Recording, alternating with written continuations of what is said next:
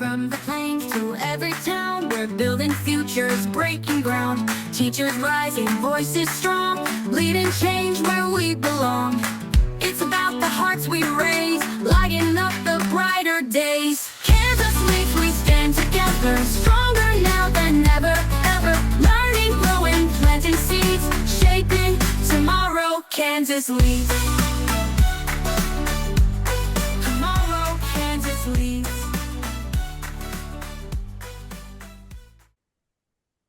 Hello and welcome back to Kansas Leads. I feel like this is an extra special episode where we're gonna welcome back some friends into the lounge, and we're gonna catch up and we're gonna see what they've been up to. We're excited to bring back three outstanding educators and advocates who have combined experience for over 50 years of service to students, schools, and communities. Taylor Bussinger. We welcome him back. He is the 2024 Kansas Teacher of the Year. Whoop, whoop. Leah Carper, we welcome her back into the lounge. She is the 2022 North Carolina Teacher of the Year. And if that wasn't enough star power in the lounge right now, we also welcome back John Arthur, the 2021 Utah Teacher of the Year.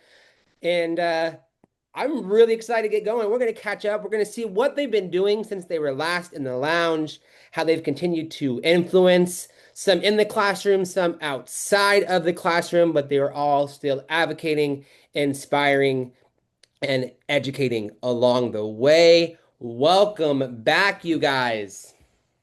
So Oh, happy to be here. I feel like this is like a Hall of Fame version of our podcast. So, like, man, my head is going to explode. Like, there's so much awesomeness right here. So, we decided that we wanted to keep this light and keep the energy, the everything positive. So, we're going to start right out of the gate with I want to know something funny, a funny student story, something that's happened along your career that's really stuck with you. That every once in a while, when things start to get down, you remember that, and it immediately brings a smile to your face. So, Leah, I see your face already lighting up. So what do you got, Leah? So, teaching high school, there's always drama around who's going to ask who to a dance and how they ask people to a dance, right? And so, there's always anticipation in the air, and people are like kind of competing to see who can do it the best way. So, one day, a kid walks into my classroom with a giant thing of roses and he starts singing. And I'm like, here we go. He's like, you're just too good to be true. Hands it to one girl. Can't take my eyes off you. Hands another one to another girl. Goes through the whole room, hands every girl a rose, but then looks at one girl, goes, I love you, baby, and like hands her all of them. And he's like, will you go to homecoming with me? It was so cute, right? Like it was like a movie. Come to find out, the kid didn't even go to my school. He got a map of the school. It's his girlfriend. He got a map of the school, figured out what classroom she was in. I don't know how he got into the building. Kids are so smart. And every time we have like a security breach, I'm like, they're probably just like asking someone to a dance. Like, it's gonna be fine. Like, but it just was the greatest thing ever. And I just think like if he wanted to, he would. You know what I mean? Like, real talk, if they wanted to, they would. Like, it was just so good. Perfect moment. I loved it. That's hilarious. I don't get to see that side of dancing or anything like that. So that's a great one. Yeah, I was like, why haven't I ever seen this kid before? Because he doesn't even go here. He's That's literally trespassing. But we were that's fine. why. It's fine. All right, all right, Taylor, that's tough to follow. It is. Kids are innovative, man. He got the map of the school. He comes in. He's like handing the roses. He finds, that's hilarious. uh, I think teaching middle school, there's like a lot of there's a lot, that's going through my mind right now. But I think I have to lean on the great dried mango debacle, and it's kind of a legend in my classroom where, I'm eating dried mangoes like at the lunch period. Kids are starting to come in. I'm like, oh, I'm trying to finish my lunch. I'm eating the dried mangoes, so I'm meeting kids at the door, and they're like, "What is that? I gotta have one of those. What is that? I've never had a dried mango." So I start handing out dried. I'm checking for allergies, whatever. I start handing out dried mangoes. Kids go sit down. I start class again. I'm teaching, and all of a sudden, this kid, really quiet kid, he just kind of comes up to me right up in my face. You know, like when you're teaching and a kid gets right up in your face when you're teaching, you're like back up, rotato chip. Like I need some space. I'm like trying to teach here, you know. Well, he gets right up in my face and he's got this dried mango in his hand like this, but in the middle of the dried mango is his tooth. And I felt just awful that, you know, I was responsible for a kid losing one of his front teeth.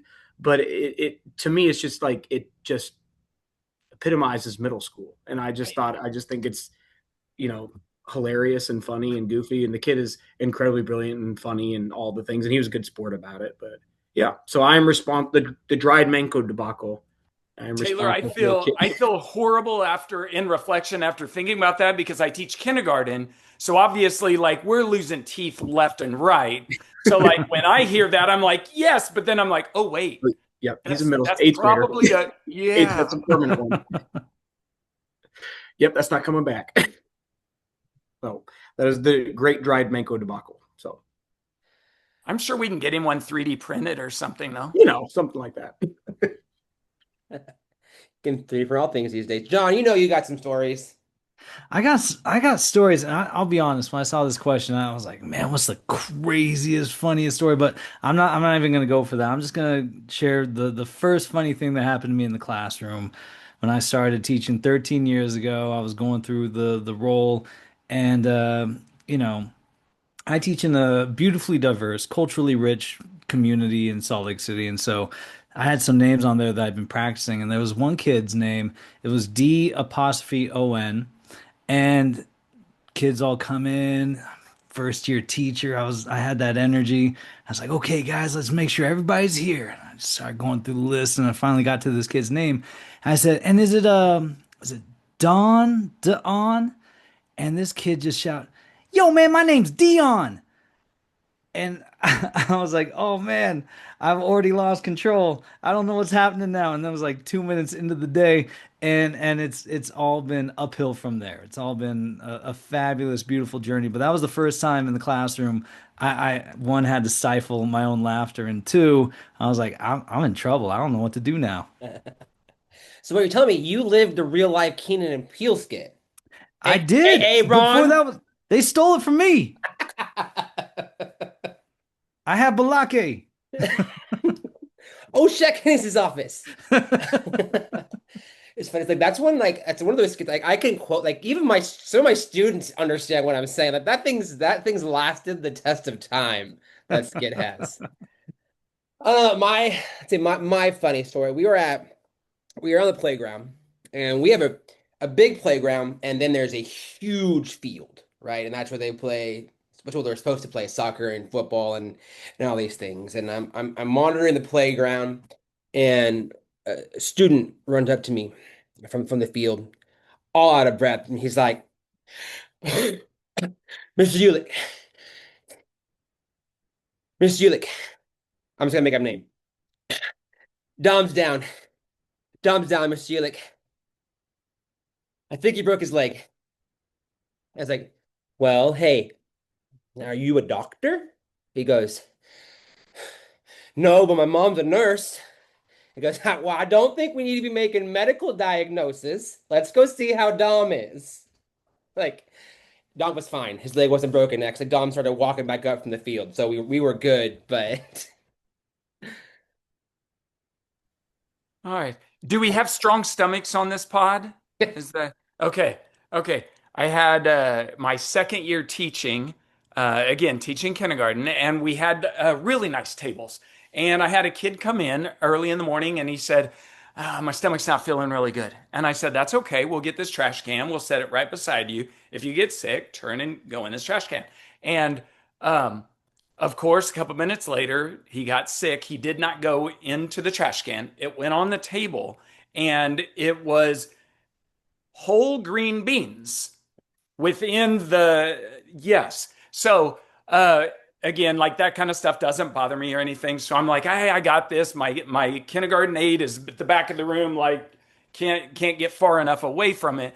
And so I find out that mom was out of town, and so dad was in charge. So it was, Dad said, "What do you want for breakfast?" So he wanted green beans for breakfast. So it's like we had that reminder of maybe next time chew it up. And so, but the funniest thing was 5 and 6 year olds don't get grossed out by that stuff. They're intrigued by it. So it was more like everybody coming up and like, "Whoa, what is?" And I'm trying to like get everybody back. So that's one of my funny stories that I go to, and I still every once in a while, the kindergarten aide is she's retired by now, but I still love her, and I'll send her every once in a while a whole can of green beans. This is why I taught high school. If someone had to throw up, you're like, see you tomorrow. You don't have to talk to them. You don't have to deal with it. Just like, have a nice day. Bye. You don't even have to ask questions. You have to call a Yeah. parent. I don't know what happened. Yeah, It's so I'm perfect. cleaning that stuff up and yanking out teeth like Taylor, and so like yeah, I kind of do it all. That's why they put you in NEA today, man. It's the magic. There you go. I'm the least Googleable person in this podcast right now. I'll take a a step back. What have you guys been up to since we left? John's been doing some fun things. What have you all been up to since we last talked to you? John, we'll start with you. Sure. Yeah, I have been doing some fun things. I've been loving life. I'm still teaching sixth grade at Meadowlark Elementary. But at the same time I'm now a legislator. I'm in the House of Representatives here in Utah. This last year was my first session. And in Utah, we have a kind of a funny system. We have a really short session. It's 45 days, counting weekends and the holidays, right in the middle of the year. So I had to have a long-term sub for 7 weeks, from mid-January to the beginning of March, and I went to the Capitol and passed laws and policies, and right now this is like it's funny because it's not dissimilar from teaching, where in the summertime people just think you're chilling, you're relaxing, but you're working on lesson plans, you're going to the conferences, all the things. For legislators, especially where we're part time and we've got just this narrow window to pass laws, summertimes where we're working through all the bills, and I'm working with lawyers and different stakeholders trying to put legislation together, and so it's a hoot, man. I'm having a blast. That's awesome. That's awesome, man. I can't. You're doing some real work there, that's the next step in advocating for our profession. You're actually you're making the laws that impact all those educators. That's amazing. I've got the advocates coming to talk to me. I'm like, I don't, you don't need to talk to me. I agree. Go I'm talk to on those your guys. side. Let's go talk to them together. Where are you, Taylor? What have you been up to? Well, it's been really cool to follow John and see he's legislator out in Utah. It's been really neat to see like teachers kind of take that next step, like you said, Jordan, just to advocate and do the real work. It's really neat. Not passing laws. I'm not a legislator. I'm still teaching eighth grade U.S. history at Prairie Trail Middle School in Olathe, and just having a blast this summer with my family. We're going to get ready to do some travel and everything. But this summer, I've been able to go to work with Kansas Future Teachers Academy down in Emporia once this summer, and I'm looking to go back here in July and see the cool things that they're up to, because that's just been super super fun to get involved with. And one of my favorite things from the year of service at Kansas Teacher of the Year is just getting involved with that. And so got the chance to see some of my cohort from 2024 down in Mississippi. I went to work a band camp for Louise Smith, the 2024 Mississippi Teacher there, and see some of my friends down there. And so it's been really fun to just kind of reconnect with teacher friends and do some cool work. So I know what Future Teacher Academy is, and I think Dwayne does. I don't know if our other two guests do. Do you want to give them a little kind of preview, or what is that? What does that mean? yeah, so like Todd Roberts and Amy Hillman, they put on this amazing program down in Emporia, Kansas, where Todd spends time traveling around the entire state of Kansas looking for kids that are really interested in being teachers. And they come to this camp in Emporia for a week where they bring in a bunch of different speakers and have different workshops. And, I think there was like over 100 kids at this initial camp this summer. And they just kind of get the opportunity to get a glimpse and to see what it would be like to be a teacher. And then also like kind of do some work of like lesson planning or different project stuff. And so it's been really, really neat to meet those kids. I learn from them every single time that I'm down there. And so it's been awesome to see the cool work that is going on in Kansas, and kind of working on that retention and recruitment just from a young age. It's been really neat. So I think every state should have something like this. It's incredible. Yes. I got to present down there this summer too, and that was probably one of the best, my favorite presentations I've ever done, because those 100%. kids are giving up a week of their summer. They want to be there. They're engaged. They ask the best questions about it was great.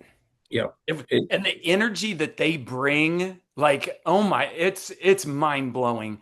And we have them, they came to one of our leads conferences, and we all walked away feeling like, okay, our profession is in good hands. Like the future is bright. Absolutely. Their energy alone is just contagious. It's outstanding.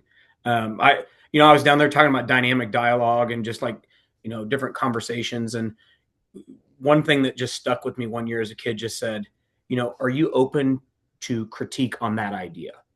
And here I am, I'm like teaching, how to have conversation with kids in the socialized setting. And here he is schooling me on, hey, here's some verbiage I could use in my own classroom, right? Because sometimes kids aren't open, or even adults aren't even open to certain conversation. But I just thought that was really unique and cool. And I learned something from them every time. So, like you said, Future's Bright, really neat. Every state should have one.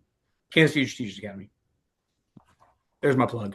Everyone needs a Kansas Leads or a Utah Leads or whatever Yes. it is. Yep. Everyone needs a Future Teacher Academy. We got to figure this thing out. Leah, what have you been up to? Well, fun fact, this summer I'm going to KFTA to teach students too. So in July, my bestie Ashton and I are going for a couple of days. We're really excited.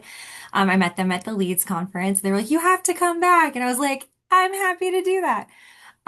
So as you know, I am no longer in the classroom. My job is to run government relations for a very large school district in North Carolina. And something that I've been trying to work on this year is to help other districts build their own legislative agendas and build relationships with their legislators. I only have 9 votes in the House and the Senate total, which means I can't get anything done alone with just the people in my delegation. And so I have to be able to call on superintendents and say, "Hey, I need you to talk to your legislator and your legislator. I need you to get them to sign on to this bill with me." So I've been traveling the state and helping equip our school systems with the language and the ideas to get them started on writing a legislative agenda and then building those relationships. But get this, I've also been working on making sure that we have similar legislative priorities. Oh my gosh, there's a tiny human. Good night, tiny human. Hey, Owen. Say good night. Good night. Good night, Owen. Good night. Coming So with the the creepy concept voice. is if we all have the same top 6 legislative priorities and we're all singing the same song together, united as a North Carolina group of, we have 115 school districts, then we can see things happen. And y'all, guess what? Things are happening. We're making huge change. And so I've been working really hard to teach people the importance of building those relationships and how to build them and how to create a bridge, use the bridge over and over again and not burn the bridge. So it's been really, really fun. That on top of doing a lot of initiative work for my district and community engagement strategies to make our community feel like the schools really do belong to them because they do. So it's been a really good year and I'm just loving it. What about you, Jordan? What have you been up to? Oh, nothing. Actually, I started today. We did Elevate Leadership Training up in Holton. That's what I'm getting ready to. I'm out of the classroom. I'm going to be a assistant principal next year. So Let's that's where we're go. going. So thank you, thank you. It's been a long years of no's to end up, I think, exactly where I need to be. My skill set of relationships and building trust, I think, is exactly what that building needs. So there's a everything happens for a reason. So I'm excited. I had all the feels on the last day of school. I cried, kids cried, we cried. I mean, I wrote them a song. It was a whole thing. But now I'm excited and I'm ready to do it. So Jordan, Jordan, you're going to be such a great principal. oh, thank hundred you. Incredible leader. percent. Yeah. Though that school, that staff, those students are so incredibly lucky to have you. As like, I could not be more proud of you. So, but more than anything, like, I feel bad for the school that you're leaving, but like the school that you're going to, they have no idea yet what they are gaining right now. So I'm proud of you, brother. Thank you very much. Well, no, you put me on the spot, Dwayne. So what have you been doing? Man, I have been working this summer selling fireworks. So like my wife talked me into getting a son. She really didn't. I did it myself, feeling guilty, but we're going to Hawaii this summer, so I wanted to try to supplement that trip a little bit. So I've been working with Jake's Fireworks, but I'm also like getting ready. I am so pumped about the school year. I'll be starting my 24th year of teaching and still teaching kindergarten and loving every minute of it. I like Jordan. I have my administrative degree, but I'm not ready to leave the classroom yet. I haven't heard that calling yet. I still love every second of every day that I'm in the classroom. So. Dwayne, I think it's a perfect transition to this. I know what you're trying to ask a question, but that was the perfect transition to this question. So, you know, we gotta start getting our minds back around to getting back in the classroom. We got like a month before, we gotta get back in gear. So like what does motivate you guys? Like we know at this point in the year, we're like, all right, I've had my summer, you still got some, but how do you start getting that mindset of being back in the classroom or to do that again? Taylor, what is your process to get that mindset again? Honestly, my process is to kind of unplug and enjoy the summer. I Yeah. do a lot of like running and meditating and just kind of thinking through a lot of more reading and things like that. But I just enjoy going like right before the school year starts. I generally start to schedule kind of like more like morning coffee visits with some of my friends and like old professors and just kind of sitting down and having conversations and like kind of just like that intellectual conversation that maybe I'm not as engaged with during the summertime as much as I would be like when I'm in the classroom is really, really helpful for me. So just kind of engaging with folks that are inspire me, old professors, my friends, colleagues, things like that. So absolutely. John, what about you? Yeah, you know what? I'm one of those teachers who like goes in the school throughout the summer. I love anything I can do in gym shorts in June that I then don't have to do in September or October. That's what I'm all about. So I'm in there. I'm already making my copies for the start of the year. I've got my classroom mostly set up. It's always the same thing. I've got my setup. I know exactly what it's supposed to look like. So every summer when I come in, they've done a deep clean of my room and all the desks are flipped over and out of place. I'm like, and then I just go through for an hour and just reset it. But I like going into my classroom. I just like that space. I like the energy. Even when kids aren't there, I like picturing what we're gonna do. I've also been I've been on this kick. I've been watching all these my algorithm on Instagram is mostly like games that you can play at the holidays or in your classroom. So it's like one game after another, like with just a balloon or some other simple object, and I save them, and then I'm building this library of them, and so every day there will be a new game that we get to play when we're just chilling, and most of them someone lands on their face in the video, and I'm really excited to see that happen in real life. That's going to be a good time. Jim Shorts in June sounds like the start of like a new book for you. I don't know, like it just sounded the way that sounded was like this is a book. Like Jim Shorts in June by Yeah. John Arthur. Yeah, it sounds like the kind of book people use to level their tables with, for sure. It's like I'm not reading that, but I got a wobble I got to deal with. No, you're not in the classroom anymore, but what was your thing? How did you get back in the mode or even to do your job now? I guess you probably don't ever take time off for your job. You don't really have a summer, but I'm a 12-month employee, you guys, and we're working 10-hour days right now. But we get off on Fridays, which is gorgeous. But it's tough. But I do miss my beautiful summer, and I miss like going to Target and seeing like what the new school supplies look like. and like getting new ideas from those. I know that's so silly, but I loved it. And really thinking about reflecting. Summer was a time of reflection for me of like what worked, what didn't work. It took a while sometimes to get my state test scores back. And so I would look at those and think about, okay, well, clearly we weren't doing so great on this thing. What can I do a little bit different? And reaching out to friends, kind of like what Taylor said, to kind of figure out like, okay, what did you do about this? So how can I do a little bit better? But now teachers are still reaching out to me, asking me for ideas and supplies and lessons and ways to engage their students, which is so fun for me because the hardest part of leaving the classroom, Jordan, you're gonna learn this, is missing the kids. Like it's you create this family, this like special thing that will never exist anywhere else but in the four walls of your classroom. And it's so special and you lose it, that family vibe when you go to the dark side. So good luck out there in those streets and in those hallways. I would offer find ways to spend as much time as possible in classrooms, which is something that I do. I use my students to engage with our legislators as often as possible.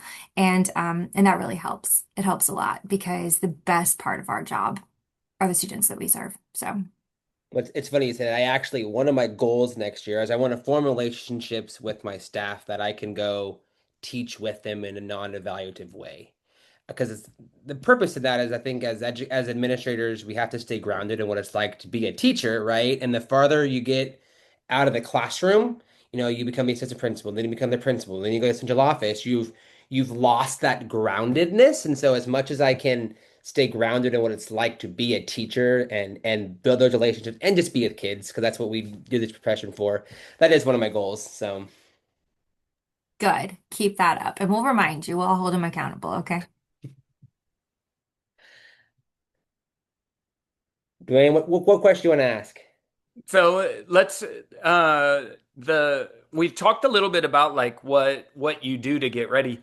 So I mean, I guess that kind of ties in a little bit. Like, what are you looking forward to the most for this upcoming school year? What is something that like it's just like I cannot wait for this. This is the thing that I wake up early for. So Taylor, I see you nodding. What's something that you are totally pumped about for this upcoming school year? Well, I love the feeling of a new school year first and foremost. Like I love the new beginning. I love the energy of August, like in a Kansas classroom. I just love that. Me and my wife, we work at the same school, and we coach cross country together. And last year we had 171 kids on our cross country team. And the year before that, it was 140. And the year before that, it was like 120 or something like that. So, what we're looking forward to is we have this game that we play where we continuously try to break the record for the amount of kids that we can have involved in cross country. And it is absolute chaos and craziness. But I think we just took to heart. My AD said, he was like, we just want every kid to be involved in something in school, and they just have something. And so we just like cross country is for everyone. Sixth, seventh, and eighth graders, they can all do it. It does not matter. It does not matter if you're fast or not. Get out there with your friends, whatever. So our goal is to always break the record of the year before and how many kids we had. So that is what I'm looking forward to. I'm looking for the chaos of cross country and getting to meet all the sixth and seventh graders that I do not have in class yet. But I just love that energy. So, yep. Getting as many kids involved as possible is what I'm most excited about. I cannot wait till we talk again and you're able to tell us that you were able to get over 200 kids in Yep. cross country this year. Yep. The goal is like 180, but 200 would be awesome. Taylor, you're cool. I don't know about that. Yeah, I pretend to be one on TV. Pretend to be a cool guy on TV. So, Thank you I'll for go the answer this compliment, question. Leah. I'm looking forward to. I'm a relationship guy. Like that's my life. My leadership philosophy, my life philosophy is a quote by Franklin Roosevelt. People don't care how much you know until they know how much you care. That is how I live life, and so I get to make a whole bunch of new relationships. Like, yeah, I'm leaving old ones, and that's kind of sad, but new kids, new staff, new people. Just I get to put some of that groundwork into making some connections and building relationships, and that's what I'm really excited about. What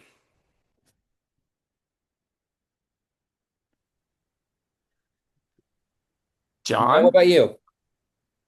It's funny because I had an answer, but now I just keep picturing like 140 kids chasing Taylor on like just an It's open like a chaos. field. Like how what But it is is that fun. even cross country at that point? Is it just like It's a it's like a lot. whole school chasing, or Yes. running. Like I don't even I can't move past the thought.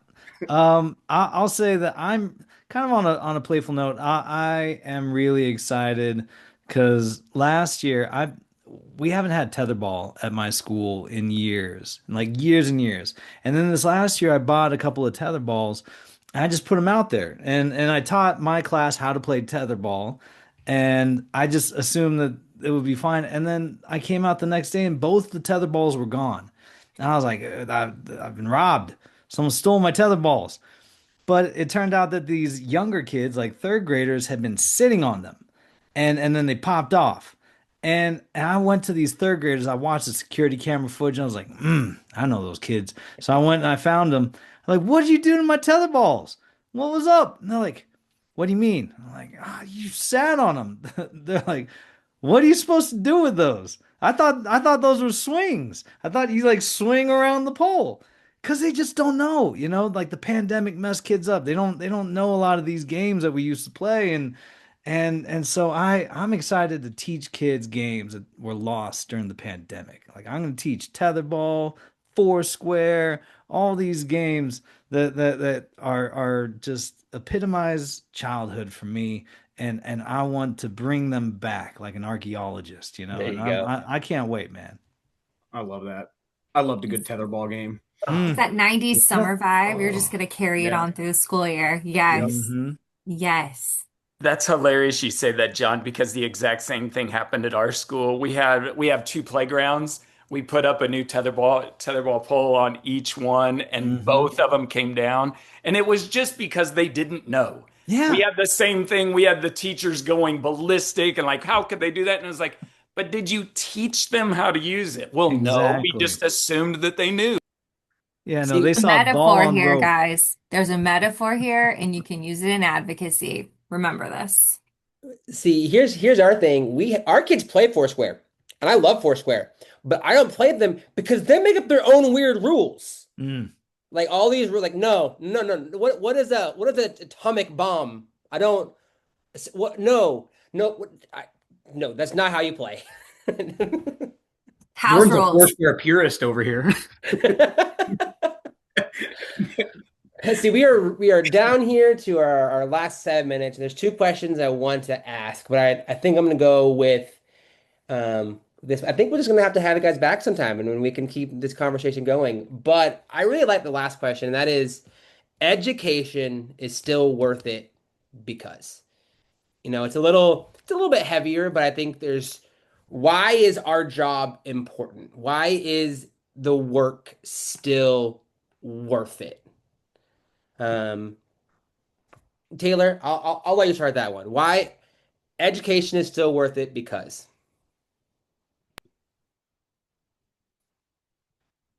I think it's pretty simple in my mind for me. It's just because people are worth it. Like people are worth it, you know. I keep thinking about just how much everything has changed, even just my 13 years of teaching. But I just want to believe that even with, and there's nothing wrong with AI, all the technology, everything that, people will still always need other people. And so for me, it's worth it because I know that I needed certain people in my life at certain times to like step in and intervene and like put me on a different path. And so for me, education is worth it because I still see, um, well, at least I hope that I'm doing that for others too. So You that's my answer. absolutely are. And I would say like it's education is still worth it because our future depends on it. As Taylor said, For sure. like it's a social interaction that building that relationship with our students, there's nothing in the world like it. So it's like it's worth it because it has to be. I love that. Mhm. John? My mouse disappeared for a second there. I would, my answer is very similar to Dwayne's. When I first saw this question, first thing that popped in my mind was so basic. It was just the kids, man, the kids. Education's always going to be worth it because of the kids. But I think I just think that education's never been more necessary than it is right now, especially because it's getting easier and easier not to think for yourself. With AI and all the other tools, it's getting easier for all of us to just let the device do the thinking for me, let the tool do the work.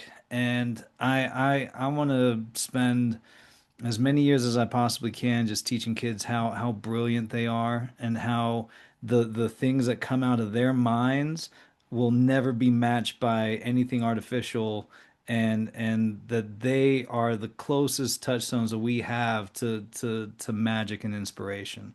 And so we just got to make sure that they hang on to that superpower of theirs as long as possible. Mine is really similar. I'm thinking about it. Education preserves the things that are good about our world. It helps us remember what is good, like tetherball, but it also helps us create the things that are even better because of the things that we're learning and the way that we're growing. So it's this beautiful like capsule of like beautiful like creating something, keeping the good and not losing that, because I fear that we could, and then learning from the bad and creating something better. I mean, my answer had to do with education is worth it because the future is worth it. The future that we're going to have for our kids and our grandkids. And as educators, we leave a legacy that we never get to see. And that's worth it. And that future is worth it. And it's worth fighting for. So that's why education is worth it.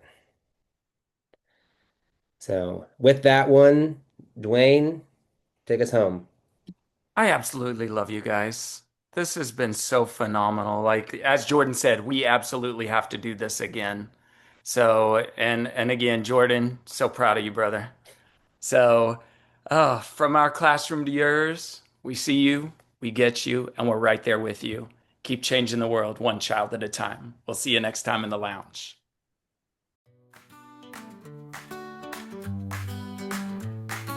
From the plains to every town, we're building futures, breaking ground. Teachers rising, voices strong, leading change where we belong. It's about the hearts we raise, lighting up the brighter days. Kansas leads, we stand together, stronger now than ever, ever. Learning, growing, planting seeds, shaping tomorrow. Kansas leads.